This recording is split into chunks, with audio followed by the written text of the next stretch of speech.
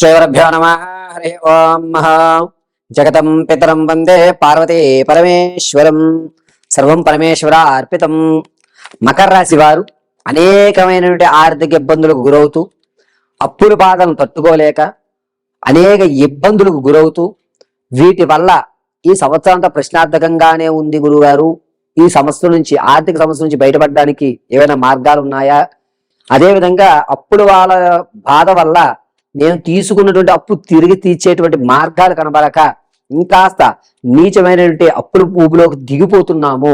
దీనివల్ల అనేకమైనటువంటి రోగాలకు గురవుతున్నాం. స్ట్రెస్ అనేటువంటిది ఎక్కువయ్యి ఏమో ఆలోచిస్తున్నామో తెలియక తప్పుడు నిర్ణయాలు తీసుకుంటున్నాం. వీటి నుంచి బయటపడేటువంటి మార్గాలు ఏమున్నాయి గురుగారు అంటే, మకర రాశి వారు ఈ ద్వితీయార్థంలో ఖచ్చితంగా కుదుర్చుకుని మరి శ్రీశైల మల్లికార్జునేశ్వరి దర్శనం చేసుకోండి.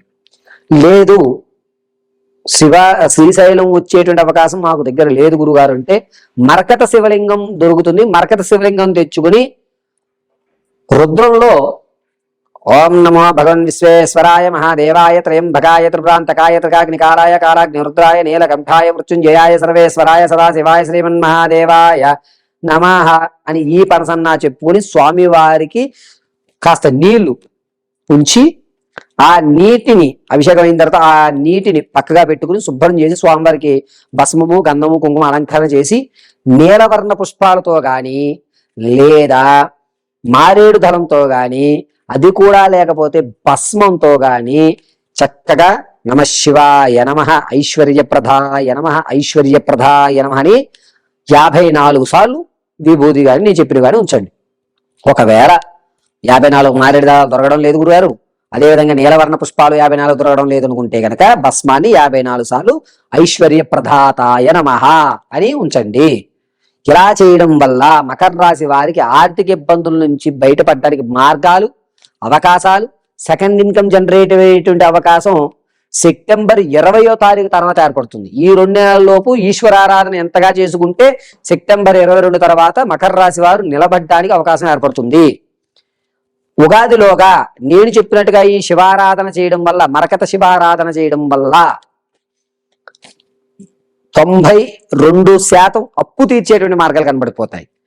ఉదయం 7:42 నేను చెప్పిన ఈ ప్రక్రియ పూర్తయిపోవాలి. స్వామివారికి ఎదురుగా నువ్వుల నూనెతో ఎర్రటి ఒత్తు వేసి దీపారాధన చేయండి. ఈ అభిషేకం గావించిన తర్వాత నీళ్ళు ఏమన్నా స్వీకరించండి.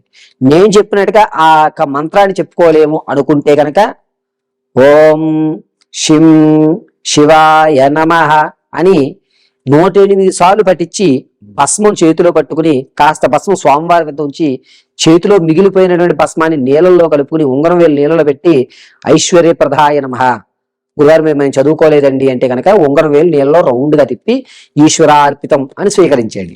దీనివల్ల మీకు ఒక పాజిటివ్ ఏర్పడి ఏదన్నా ధనానికి సంబంధించి సెకండ్ ఇన్కమ్ జనరేట్ అవ్వడానికి పాజిటివ్ ఎనర్జీస్ అనేటువంటి ఎదుటి వ్యక్తికి మీ మీద నమ్మకం కలిగి మీకు ఒక అవకాశం ఇస్తాడు. ఈ అవకాశం అనేటువంటిది మకర రాశి వారు అందిపుచ్చుకుని దాన్ని ఫౌండేషన్ ఏర్పరచుకోవడానికి మంచి అవకాశం ఏర్పడుతుంది. సెప్టెంబర్ 20వ తారీఖు తర్వాత మకర రాశి వారు ఆర్థిక ఇబ్బందుల నుంచి బయటపడేటువంటి అవకాశం ఏర్పడుతుంది. ఇలా మరకత శివాలయం దర్శనం చేయండి.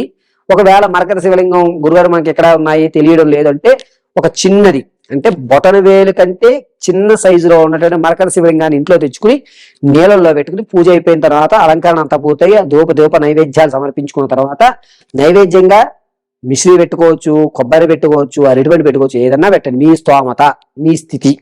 ఇవేమీ లేవు గురుగారు నేనేం పెట్టదలుచుకోలేదు అనుకుంటే మీరు భోజనం చేసేటప్పుడు అహం బ్రహ్మాస్మి పరమేశ్వరార్పితం మీరే తినేయండి. ఖచ్చితంగా మీరైతే ఏదో తింటారుగా, మీరే ఈశ్వర స్వరూపంగా భావించుకుని మీరు స్వీకరించడం అనేటిది ఉత్తమంగా మకర రాశి వారికి కలిసి వస్తుంది.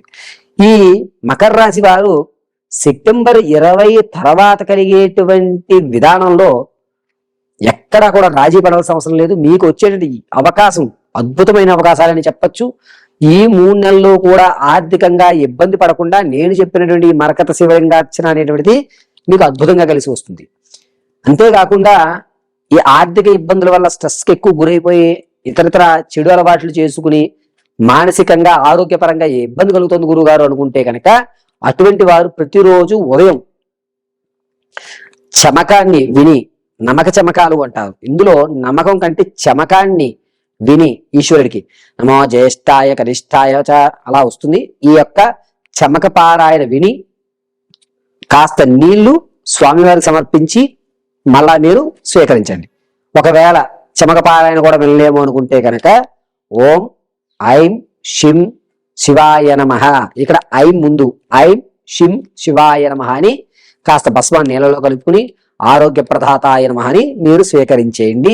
ఆరోగ్య సమస్య నుంచి బయటపడేటువంటి అవకాశం ఏర్పడుతుంది.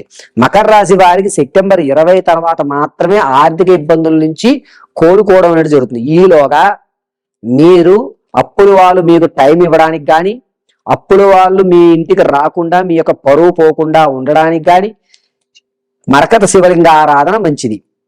ఇప్పుడు ఈ మరకత శివలింగాన్ని ఎవరైతే ఆరాధన చేసుకుంటారో వారికి ఆర్థిక ఇబ్బందుల నుంచి తప్పుకునేటువంటి అవకాశము, మీ మీద నమ్మకం ఉండి ఇంకాస్త గడువు ఇచ్చేటువంటి అవకాశము, మీ తాత ముత్తాతల నుంచి మీకు రావలసినటువంటి ఆర్థిక ధనం కానీ లేదా స్థలం కానీ లేదా పొలాలు కానీ మీ వైపుకు వచ్చేటువంటి అవకాశం, అంటే మీరు కోర్టు సంబంధిత వ్యవస్థలో చేయికేతనం ఎగరవేయడానికి మరకత శివారాధన అనేటువంటిది మకర రాశి వారికి అద్భుతంగా కలిసి వస్తుంది. ఇక ఈ మకర రాశిలో ఉన్నటువంటి వారు ఎవరైనా సరే రోజు శివాలయానికి వెళ్ళి రుద్రంతో అభిషేకం చేయించుకుని అందులో నీటిని కాస్త తెచ్చుకుని తాగగలిగితే ఓకే. ఇలా ఖచ్చితంగా 11 రోజులు నిత్యము శివాలయానికి వెళ్ళి కేవలం నీళ్లతోటే స్వామివారికి రుద్రపారాయణతో అభిషేకం చేయించండి. ఇలా 11 రోజులు నిత్యము గుడికి వెళ్ళి చేసేటువంటి వారు నియమాలు పాటించండి. ఖచ్చితంగా మధ్య మాంసాల దూరంగా ఉండడం, సంసారానికి దూరంగా ఉండడం, నేల మీద నిద్రించడం, ఉల్లి వెల్లుల్లి అల్లం ములక్కాడ తెగించడం అలాంటివి చేయండి. లేదు ఇంట్లోనే మరకత శివలింగం పెట్టి చేసుకుంటాను అంటే కనుక నియమాలు ఏమీ లేవు, మీ నిత్య దైనందిక చర్యలు ఏవైతే ఉంటాయో అవి చేసుకోవచ్చు. ఇలా చేయడం వల్ల మకర రాశి వారికి అద్భుతంగా కలిసి వస్తుంది. సెప్టెంబర్ 20 తర్వాత మీకు వచ్చేటువంటి అవకాశం, మీకు అనుకూలంగా మారేటువంటి ప్రక్రియ మరకత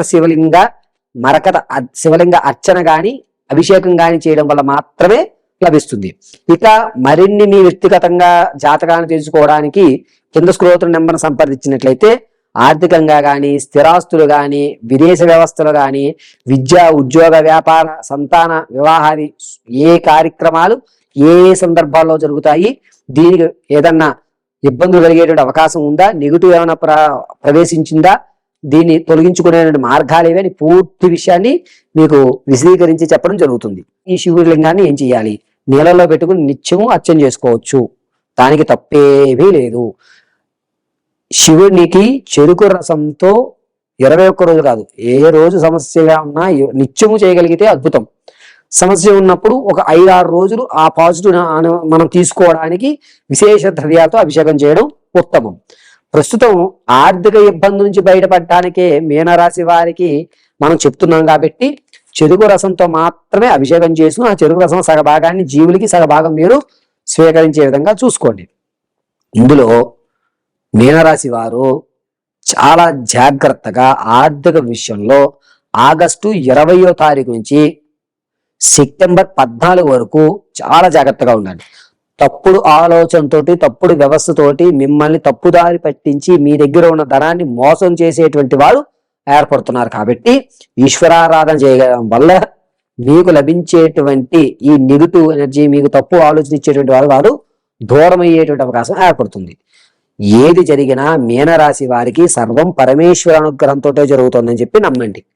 ఇంకా మరిన్ని వ్యక్తిగతమైనటువంటి జాతకం తెలుసుకోవడానికి మీనరాశి వారు కింద స్క్రోల్ నెంబర్ని సంప్రదించుకుని మీ వృత్తి, వ్యాపార, నిత్య జీవితంలో జరిగేటువంటి అవకతవకలు, సంసారంలో ఉన్నటువంటి గొడవలు, ఆర్థికంగా స్థిరత్వం ఎప్పుడు పొందుతారు, ఉద్యోగ ప్రాప్తి ఎప్పుడు లభిస్తుంది అనేటువంటి పూర్తి విషయాలు మీరు తెలుసుకోవడం అనేటువంటిది జరుగుతూ ఉంటుంది.